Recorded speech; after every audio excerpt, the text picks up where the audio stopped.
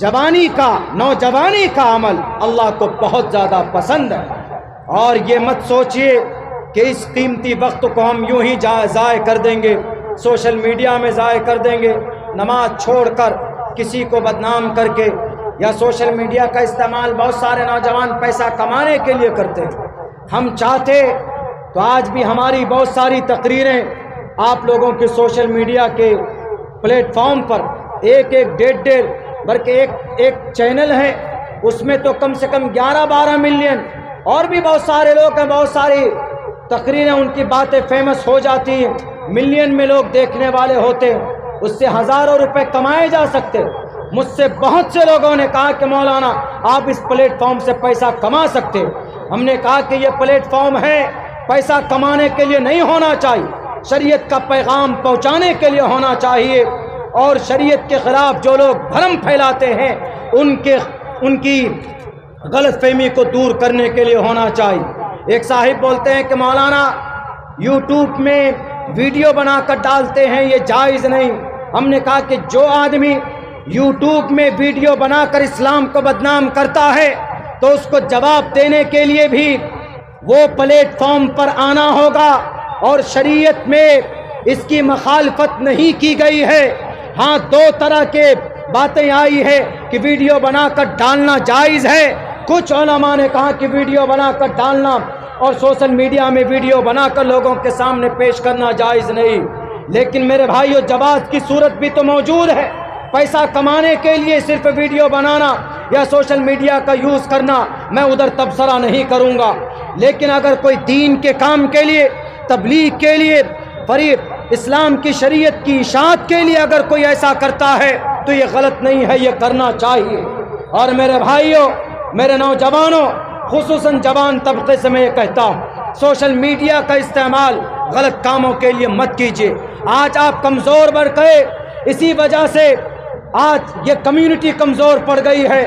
ارے انگریز اور یہودی جیسے ظالم اور ملعون کو آج ان کو ناک کے بل جھکایا ہے. اگر کسی نے اسرائیل جیسے ظالم اور جلاد کو وہ نوجوانوں کی طاقتوں نے جھکایا. آج ہماری جوانوں میں وہ طاقت ہے. وہ نوجوان کون تھے؟ تیر تلوار نہیں تھی ان کے پاس، تو کلاشن توپ بھی نہیں تھی ان کے پاس، تو AK-47 بھی نہیں. ابھی کی بات، ابھی جو لڑائی چل رہی ہے سرزمین غزہ پٹی میں، اسرائیل کو جھکنا پڑا. جھکانے والے کون؟ صرف 5000 نوجوان. اور ان کے پاس کون سی طاقت تھی؟ ان کے پاس تہجد کی طاقت تھی، ان کے پاس قرآن کی طاقت تھی، ان کے پاس اللہ کی ذات پر جو بھروسہ ہے، جو عقیدہ ہے، اس کی طاقت تھی. اور انہی کی اس طاقت کے بدولت آج اسرائیل کو گھٹنے کے بل جھک کر سمجھوتا کرنا پڑا ہے. یہ صرف 5000 نوجوانوں کی طاقت. یہ جوانوں، آپ جب جب جاگتے ہیں تو انقلاب پیدا ہوتا ہے. کسی کے کھوکھلے نعروں پر آ کر آپ کو بہکنا نہیں، بلکہ آپ شریعت کا علم بردار بنیے. اللہ تبارک و تعالیٰ نے آپ کو بڑی قیمتی دولت سے نوازا ہے، جوانی سے نوازا ہے. اس کا مس یوز مت کیجیے.